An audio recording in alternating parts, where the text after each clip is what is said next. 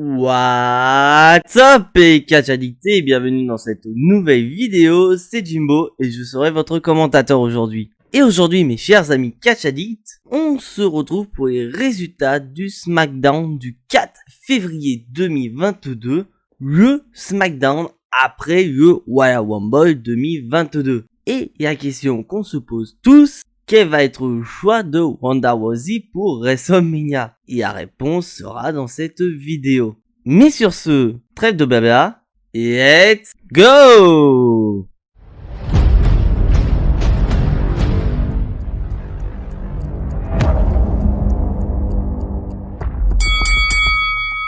Et donc, le show va commencer avec notre champion universel Roman Reigns, accompagné des champions tag team les Usos et surtout par Paul Heyman. Parce que en effet, lors du Royal Rumble, mes chers amis catch addicts, on a eu la trahison de Paul Heyman sur Brock Lesnar qui a à nouveau rejoint son chef tribal Roman Reigns. Et en parlant de cette trahison, Paul Heyman va nous faire une superbe promo par rapport à ce qui s'est passé autour du Royal Rumble, en disant très clairement que tout ce qu'il a fait, donc c'est-à-dire l'intégration de Brock Lesnar dans le Fatal 4-Way lors de Day One, tout ce qu'il a fait, c'était pas pour protéger Roman Reigns de Brock Lesnar, c'est protéger Brock Lesnar de Roman Reigns. Et après ça, Paul Heyman va présenter Roman Reigns bien sûr comme son chef tribal, et en disant très clairement que Roman Reigns est revenu vers lui accorder la main du pardon, la main de l'amour, et il demande à tout le public qui est présent lors de cet épisode de SmackDown de reconnaître bien sûr son chef tribal, Roman Reigns. Et en parlant de reconnaissance, nous avons la musique du Hall of Famer de la WWE, Big Goldberg, qui retentit dans l'arène de SmackDown. Un Big Goldberg qui vient confronter Roman Reigns et qui va dire effectivement que lui, il reconnaît Roman Reigns. Mais il va pas reconnaître Roman Reigns comme Roman Reigns le veut réellement. Car en effet, Big Goldberg reconnaît Roman Reigns comme étant le prochain sur sa liste. Et il défie donc Roman Reigns pour le titre de champion universel lors du prochain PLE de la WWE qui est Elimination Chamber en Arabie Saoudite. Et donc on apprend un peu plus tard dans la soirée que ce match est officiel. On aura à Elimination Chamber Roman Reigns contre Big Goldberg, le fameux Spear contre Spear de WrestleMania 36 qu'on aurait dû avoir et qu'on va finalement avoir à Elimination Chamber. Bon, d'un côté, je suis pas agréablement surpris de l'intégration de Big Goldberg. Parce que bien sûr, je vous rappelle, mes amis catch addicts, que Elimination Chamber aura lieu en Arabie Saoudite et que bien sûr, Big Goldberg n'a jamais raté un événement en Arabie Saoudite. Et puis d'un côté, il faut se dire qu'il faut construire quand même Roman Reigns comme étant le mur infranchissable pour devenir champion universel et que même une bête comme Brock Lesnar ne pourra jamais franchir ce mur infranchissable qui est Roman Reigns. Moi, je pense qu'on est tous d'accord que Big Goldberg ne va absolument pas gagner. Parce que très clairement, un Big Goldberg contre Brock Lesnar pour le titre de champion universel n'est absolument pas vendeur. Mais il faut quand même se méfier un petit peu de la WWE. Parce que la dernière fois que Big Goldberg avait une opportunité pour le titre universel en Arabie Saoudite, il a quand même enterré The Fiend Bray Wyatt. Donc il y a quand même un minimum de doute quand même. Il est vraiment un tout petit. Et maintenant, on va passer au premier match de la soirée, opposant Ricochet à Ridge Holland. Et le match va durer vite fait parce que il va y avoir une petite altercation entre Sheamus et Cesaro à l'extérieur, ce qui va distraire Ridge Holland et il va se prendre un roll-up de Ricochet. Et là, on ne comprend absolument pas. On a une pub aux États-Unis et là, d'un coup, autour du pub, le match devient un match tag team en intégrant Cesaro et Sheamus. Donc on a clairement un remake de Day One et c'est énervant. Parce qu'en soi le match est plutôt correct et ce match va se concrétiser par une victoire des heels, donc Sheamus et Ridge Holland, et c'est surtout Ridge Holland qui va donner la victoire à son équipe. Donc franchement ça m'énerve de voir un tel remake parce que voilà, faut en finir de cette rivalité qui dure quand même depuis un petit moment et vraiment pourquoi pas lancer Cesaro et Ridge Holland vers la course tag team, pourquoi pas, vu qu'ils ont l'air de bien fonctionner en équipe. Bah après, justement, un certain match en Arabie Saoudite, peut-être que Ridge Holland et Sheamus pourront peut-être demander un match de championnat contre les Usos à l'approche quand même de WrestleMania. Pourrait être un match tout à fait inédit et surtout un très bon match. Et en parlant des champions tag team de SmackDown, nous avons un match opposant Jimmy Uso à Eric. Parce que WWE nous ont informé que les Usos défendront leur titre face aux Viking Raiders lors d'Elimination Chamber. Parce que bien sûr, je vous rappelle mes amis catch addicts que les Viking Raiders ont quand même remporté un match avec comme enjeu quand même une opportunité au match tag team de SmackDown. Et ce match ne sert qu'à une chose, c'est vraiment nous rappeler qu'il y a une rivalité entre les Usos et les Viking Raiders. Parce que le match n'a pas duré trop longtemps et s'est concrétisé bien sûr par une victoire de Jimmy Uso. Bien sûr, il faut quand même rappeler que les Usos sont quand même au sommet de la division tag team. C'est quand même l'équipe qui a le record de longévité pour le titre de SmackDown. Donc tout comme leur cousin Roman Reigns, faut construire les Usos très très fort à l'approche de WrestleMania. Et donc ça passe voilà par une petite victoire, et donc je suppose que la semaine prochaine on aura Jey Uso contre Ivar dans le but de voilà donner du crédit aux Usos, et ils vont se taper voilà un petit 2-0 face aux Viking Raiders et conserver leur titre à Elimination Chamber. C'est gros comme une maison cette histoire. Bon, maintenant on va passer au flop total de la soirée, je pense.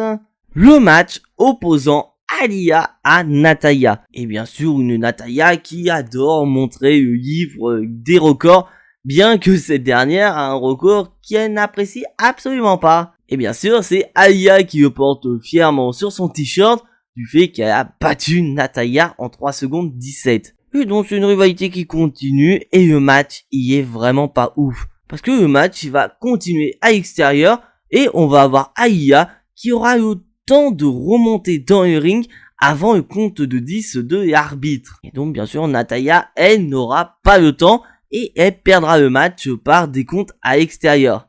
Et ça va pas plaire à Nati. Parce que un peu plus tard dans la soirée, on a Natalya qui demande un rematch à Sonya Deville contre Aliyah et que cette fois-ci les conditions pour gagner sont par tombée ou par soumission. Franchement, ça me gonfle cette rivalité parce que y a pas grand chose à dire. C'est mauvais tout ça à cause d'un tombé rapide de 3 secondes 17. Allez hop, on construit une petite rivalité parce que tout simplement, il y a division féminine à SmackDown, à part Charlotte Flair ou encore Sasha Banks, il n'y a pas de Star Power. Et en parlant de Star Power du côté de SmackDown, on a Drew McIntyre qui fait son retour à SmackDown.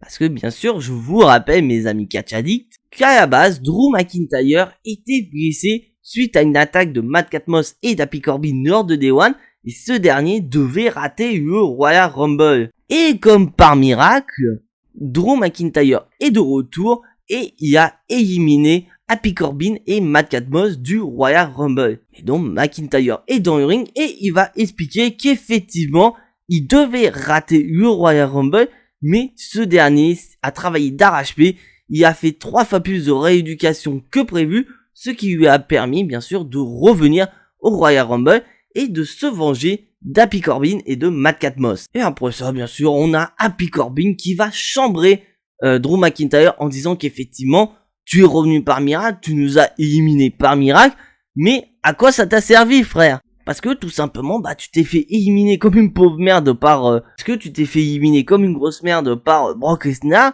et ce dernier bah t'as volé ton main event de WrestleMania, et malheureusement bah WrestleMania il va te passer sous le nez frère. Et suite à cette distraction d'Happy Corbin, parce que on a Matt Catmos qui a voulu attaquer Drew McIntyre, mais voilà, Drew McIntyre ne se déplace jamais sans son épée. Donc il pointe l'épée en direction de Matt Catmos, et après ça, il va asséner un énorme Claymore Kick à Matt Catmos. Et on apprend un peu plus tard dans la soirée que Drew McIntyre affrontera une nouvelle fois Matt Catmos à Elimination Chamber. Franchement, c'est une rivalité qui me fait énormément chier. Parce que quand même, Drew McIntyre, c'est pas n'importe qui. C'est un des seuls, voire même le seul, à avoir suffisamment de star power pour aller affronter Roman Reigns très bientôt à SmackDown. Mais là, tu nous mets dans une rivalité assez merdique, parce que là, ça va aboutir à quoi cette histoire? Une victoire expéditive contre Matt Catmos, et après un match contre Happy Corbin à WrestleMania? J'ai pas envie de voir ça. J'aurais trop mal aux yeux pour Drew McIntyre. Parce que pour moi, McIntyre, il mérite beaucoup plus qu'un match entre le Happy Corbin et joyeux copain Matt Catmos, quoi. Ça me fait chier. Alors que les mecs, en soi, ils sont plutôt bons dans le ring. Mais ils sont rabaissés à une gimmick, à raconter des blagues à deux balles et à se forcer de rire, voilà, à leur blague à deux balles. Et maintenant, on passe à un remake de SummerSlam et de Hell in a Cell 2017. Car en effet, nous avons le champion intercontinental Shinsuke Nakamura qui va affronter Jinder Mahal. Et WWE, qu'est-ce que vous avez avec vos contender match? Parce que je vous rappelle WWE que vous avez déjà le challenger numéro 1 au titre intercontinental qui est Sami Zayn. Donc à quoi ça sert de mettre ce genre de stipulation? Et en parlant bien sûr de Sami Zayn est présent aux abords du ring pour regarder le match du champion intercontinental. Et en soi, le match, c'est un remake, comme je l'ai dit, de 2017. C'est un match qui n'est pas énormément ouf. Parce que, ok, ça fait du bien de revoir Shinsuke Nakamura combattre après sa blessure. Mais d'un côté, tu mets Jinder Mahal qui, en soi, voilà, a son bon rôle de mi-quart d'heure. Mais ça s'arrête à ça. Parce que c'est logiquement Shinsuke Nakamura qui remporte le combat. Et en parlant de Sami Zayn, Sami Zayn aura dans 2 semaines son match pour le titre de champion intercontinental face à Shinsuke Nakamura. Parce que bien sûr, on peut se dire pourquoi... Parce que bien sûr, on peut se demander pourquoi Sami Zayn n'a pas demandé son match de championnat la semaine prochaine ou encore à Elimination Chamber. Déjà, la semaine prochaine, Sami Zayn refuse parce que ce dernier avait assisté à l'avant-première de Jackass Forever avec bien sûr Johnny Knoxville. Sauf que Sami Zayn a été viré et il s'est pris plusieurs coups de taser de la part de Johnny Knoxville. Donc Sami Zayn n'est pas d'accord pour la semaine prochaine car il doit récupérer de l'attaque de Johnny Knoxville. Et pourquoi il n'a pas son match à Elimination Chamber?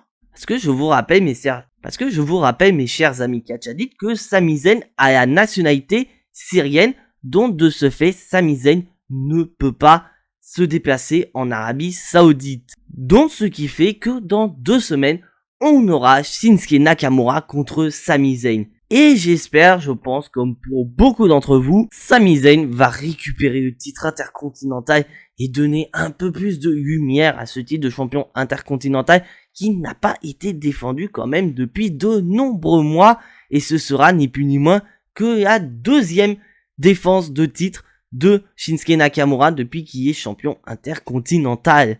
Il était temps, enfin! Et maintenant, on va passer au dernier match de la soirée et je pense certainement le meilleur match de la soirée opposant le New Day à Los Lotarios. Donc en soi, c'est vrai, ça me fait un peu chier de voir Biggie malheureusement rétrogradé dans la division Tag Team après que ce dernier ait quand même été champion de la WWE. Mais bon, WWE ne respecte pas forcément le New Day parce que on a quand même déjà eu ce cas de figure il y a quelques années avec Kofi Kingston qui était devenu champion de WWE et dès qu'il a perdu le titre, boum, on l'a remis dans la division Tag Team. Et c'est pareil pour Biggie. Enfin bref. Donc on passe au match et comme je vous le dis, c'est le meilleur match de la soirée. Un très bon match de catch opposant bien sûr la meilleure équipe de l'histoire de la WWE, le New Day, face à une toute nouvelle équipe formée bien sûr par Angel Garza et Humberto Carrillo. Et franchement, bien que cette équipe soit assez jeune, ils ont quand même donné du gros fil à retordre au New Day, bien que ce soit le New Day qui ont remporté le combat. Mais en soi, je crois à cette nouvelle équipe Los Lotarios et j'espère plus tard que ces derniers auront dans le futur une nouvelle opportunité au titre Tag Team de SmackDown, détenu bien sûr par nos chers Usos. Donc on peut avoir quand même des matchs assez inédits avec Los Lotarios ou encore équipe composée de Ridge Holland ou de Sheamus. Donc on sent que la division Tag Team essaie de se renouveler et ça c'est une bonne chose à l'approche de WrestleMania. Et en parlant de WrestleMania, on va passer au main event de la soirée, le fameux choix de notre gagnante du Royal Rumble, Ronda Rousey. Et donc ce segment va commencer par Charlotte Flair et Sonya Deville qui vont être dans le ring, et Sonya Deville va informer Charlotte Flair d'une certaine chose.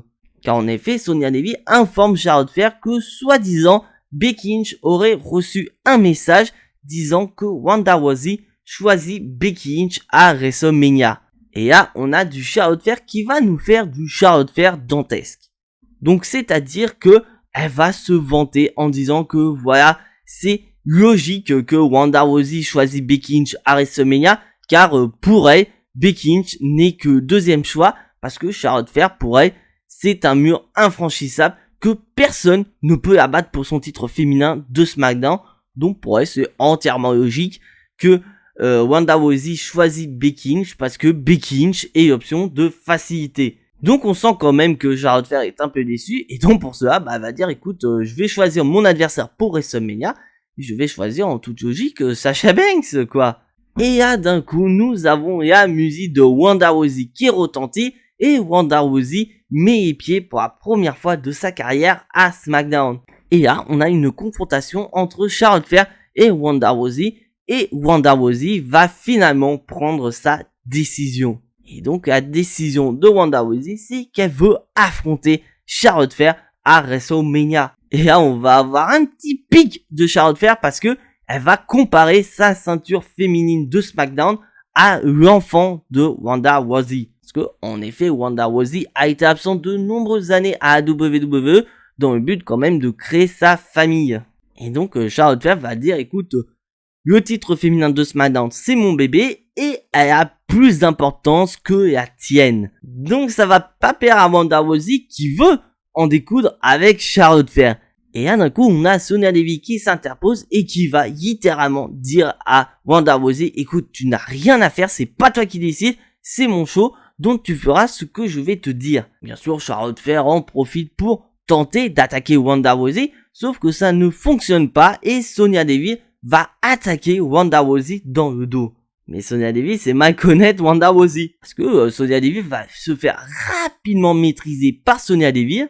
Et elle va se prendre sa prise de soumission. Et Sonya Deville va se prendre la prise de soumission de Ronda Rousey.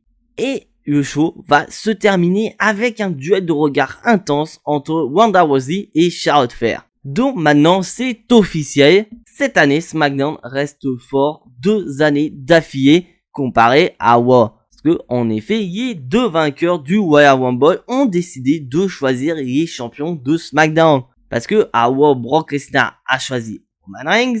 Et à SmackDown, Charlotte Flair a été choisie par Ronda Rousey.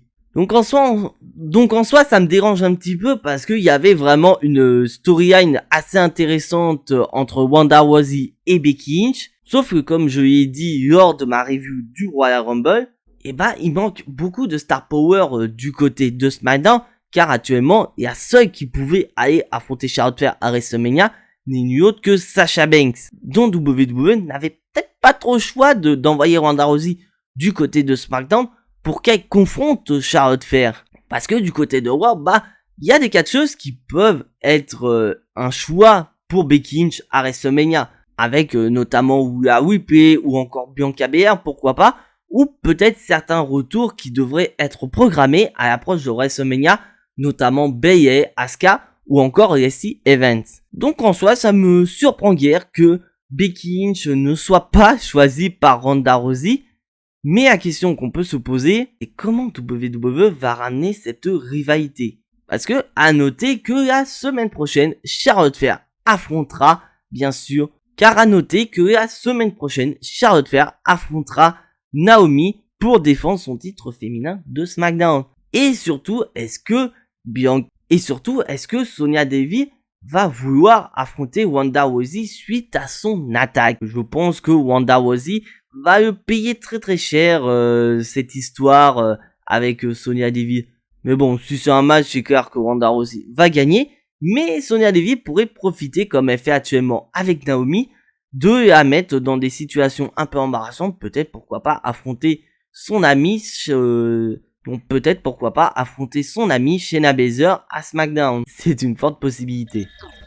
Donc bilan de cet épisode de SmackDown, bah il est mauvais. Parce qu'en soi niveau catch, à part le match entre le New Day et Osotarios qui est très très bon, les autres laissent vraiment à désirer. Et on a donc l'approche d'Elimination Chamber avec Goldberg contre Roman Reigns qui me tente absolument pas parce qu'on sait tous comment ça va se terminer. Ça va être un duel de Spear contre Spear qu'on aurait dû avoir à WrestleMania 36, mais à cause du Covid, on a eu Goldberg contre Braun Strowman. On a bien sûr le choix de Ronda Rousey qui reste quand même assez étonnant, mais voilà, qui reste assez correct. On peut quand même avoir un match de dingue à WrestleMania entre Ronda Rousey et Charlotte Flair. Mais sinon le reste c'est pas ouf. Parce que en dehors du Roman Reigns contre Goldberg qui a été rajouté à Elimination Chamber, on a Matt Cadmos contre Drew McIntyre. Est-ce que franchement c'est un match qui vous hype pour Elimination Chamber? Moi pas du tout. Donc franchement ça pose problème de te dire que t'as des catcheurs qui ont du potentiel, mais qu'au final tu les mets dans des rivalités assez débiles dans le but de de les occuper à l'approche de WrestleMania, ou parce que tout simplement il n'y a pas assez prise. Et d'un autre côté, je suis un peu déçu de cette rivalité entre Goldberg et Roman Reigns, parce que je voulais tellement que la rivalité entre Seth Rollins et Roman Reigns continue et que ça aboutisse à un match à Elimination Chamber. Parce que pour moi, c'est une rivalité tellement intense et que j'avais pas envie qu'elle se termine comme ça en une disqualification pour Roman Reigns et qu'on puisse continuer sur cette rivalité. Parce que j'aurais tellement voulu avoir un Seth Rollins qui a fait comme il a fait à Raw, c'est-à-dire hyper confiant, qui dit certes, techniquement, il n'a pas remporté le titre universel, mais il a battu Roman Reigns dans les deux domaines, donc aussi bien dans le match, mais aussi sur le plan psychologique. Et donc à SmackDown, on aurait eu un Roman Reigns revanchard qui dit j'ai fait ce que j'ai fait au Royal Rumble, j'ai pété la gueule de mon ancien frère Seth Rollins, mais j'ai quand même perdu le match, donc je veux raffronter une nouvelle fois Seth Rollins, et cette fois-ci je vais montrer à tout le monde que je n'ai plus aucun point faible. Comme ça Brock Lesnar verra qui a pris la mauvaise décision à l'approche de WrestleMania.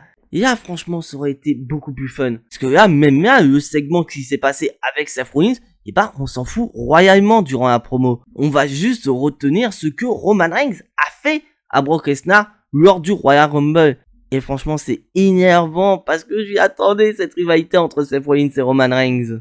Mais bon, dans l'ensemble, ce SmackDown est assez mauvais.